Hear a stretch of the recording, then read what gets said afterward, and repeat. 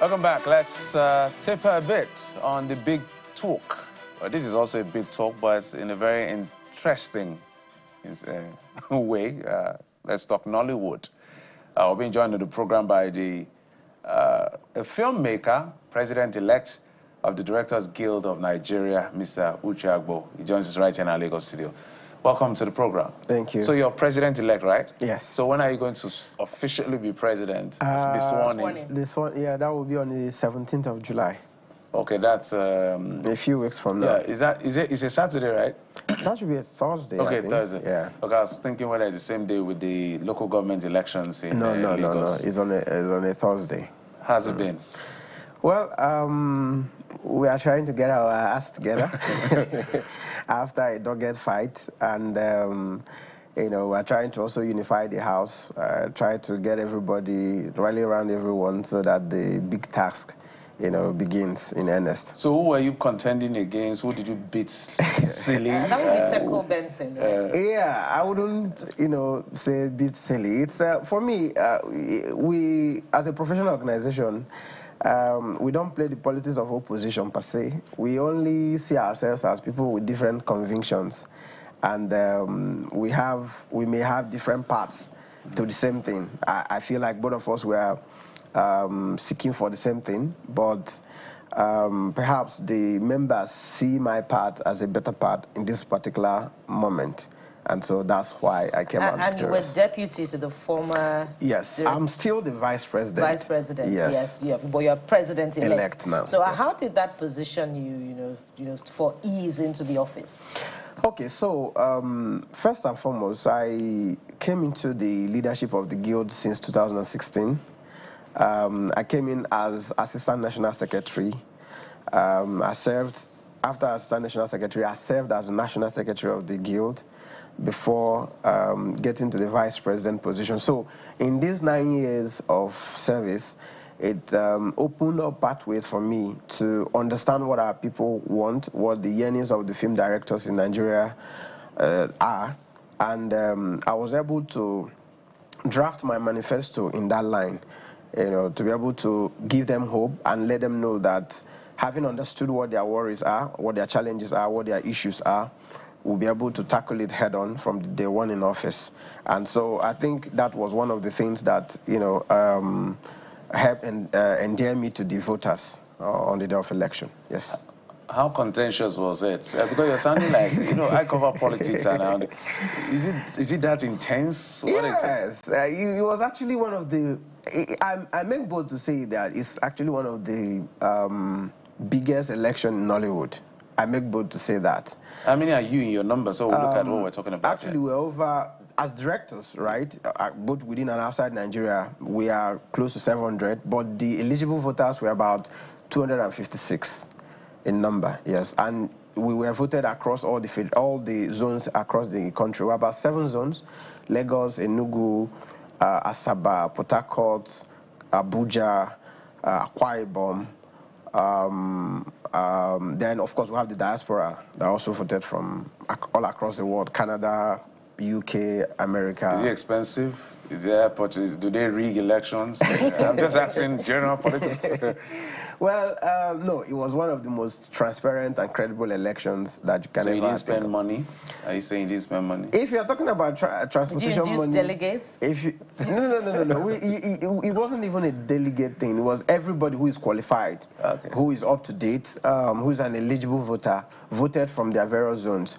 But if you're talking about spending money, maybe the money that we used to travel across all this, because I went to every part of this country where we had film and television directors to speak to them and to share my thoughts with them.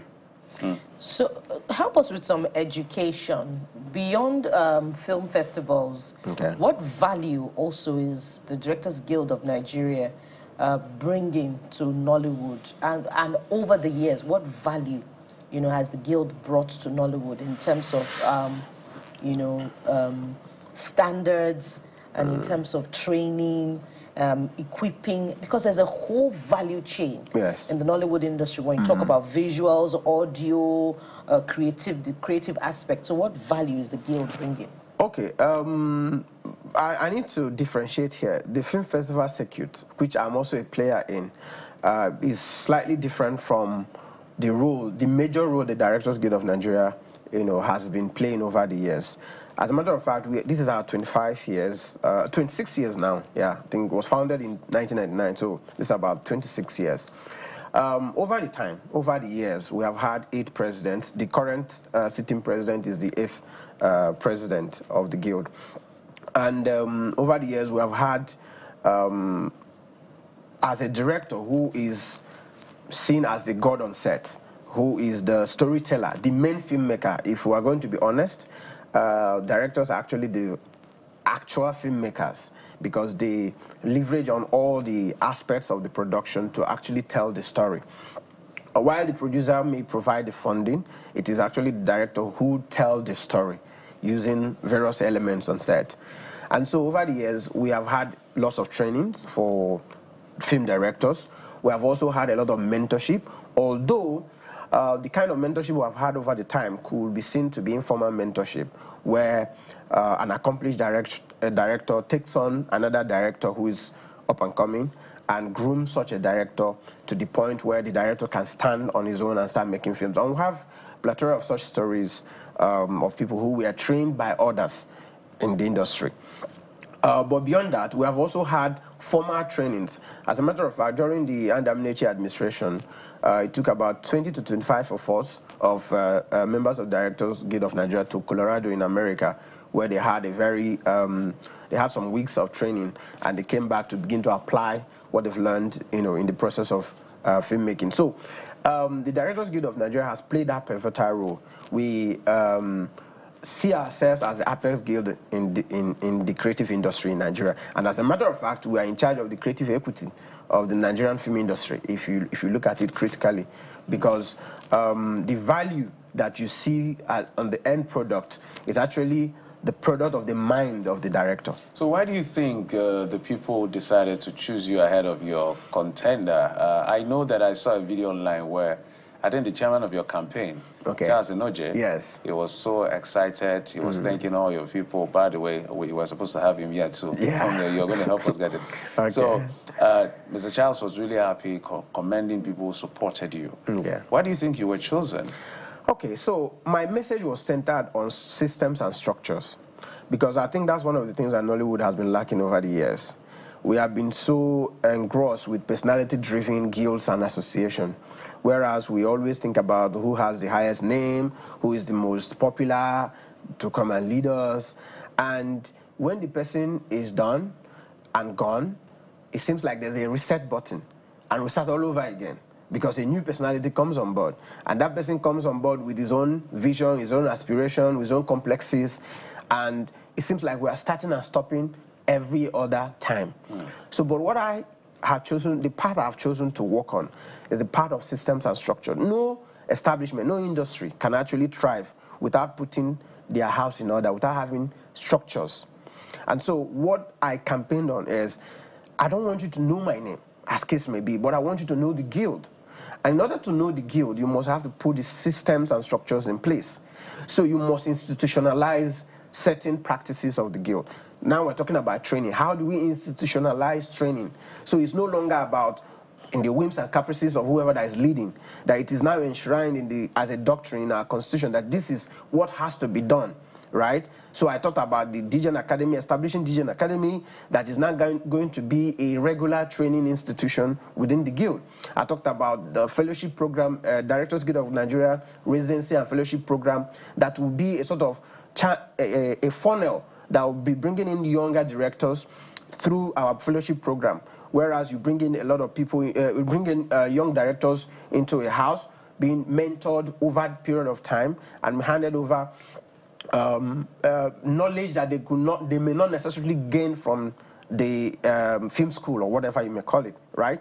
So hands-on experience. Yes, hands-on experiences. Yes. So I tried as much as possible to campaign on those bases, and I think the message resonates with the people, because they've experienced leadership. No, as you're saying it resonates with me as well.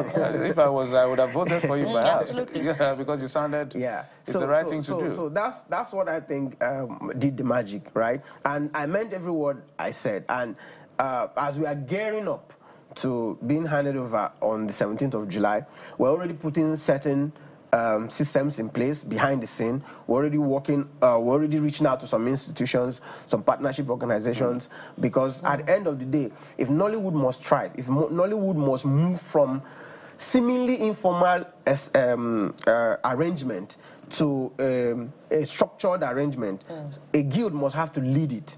And DGN is by no mistake is one of the the best to lead, because I wish we had so much time. Just have 30 seconds. Speaking of systems and structures, you know, some would say some of the things that Nollywood needs is a film village, you know, access to locations to record, to film, and all of that. But we see that this is taking place in silos. One person builds his, the other person builds his.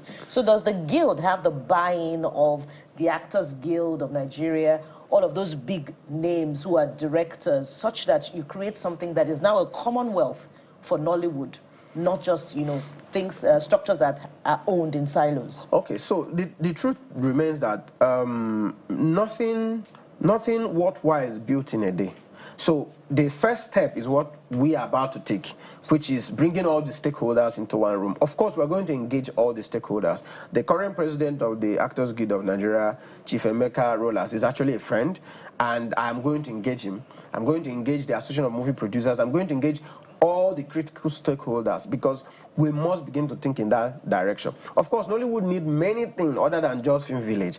Nollywood needs exhibition platform. Nollywood, the distribution channels of Nollywood is so limited.